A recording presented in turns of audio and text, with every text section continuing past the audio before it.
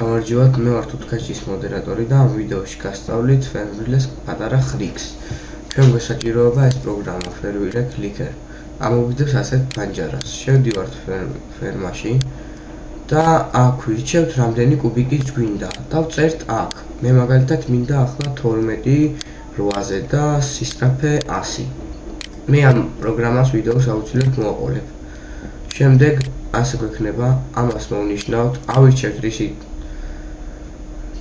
დარგვაც გვინდა, არ არის აუცილებელი დარგვა, შეგვიძლია ავიღოთ კიდევაც და მოვხვნათ კიდევაც. ვაწვევით ეს და მიდის თვითონ თესავს. ასე როგორც ხედავთ.